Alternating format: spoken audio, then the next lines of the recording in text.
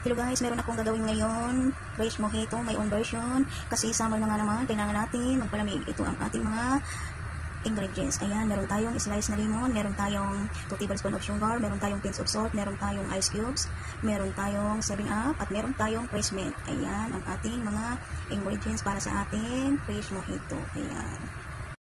Ayan guys, ang pangalawa nating step ay ating i-melt ang kanyang lemon na na-slice at ang kanyang fresh milk. Ayan. Parang pigain lang natin siya para umabot ang lasa. Ayan guys, isasalap na natin ang ating 2 tablespoon na sugar. Ayan. Ayan. At isama na rin natin ang ating pinch of salt. Ayan. At inimix natin ulit siya. Ayan. Mix ulit natin siya. Tapos lalagay na natin ang kanyang 7-up. Ayan.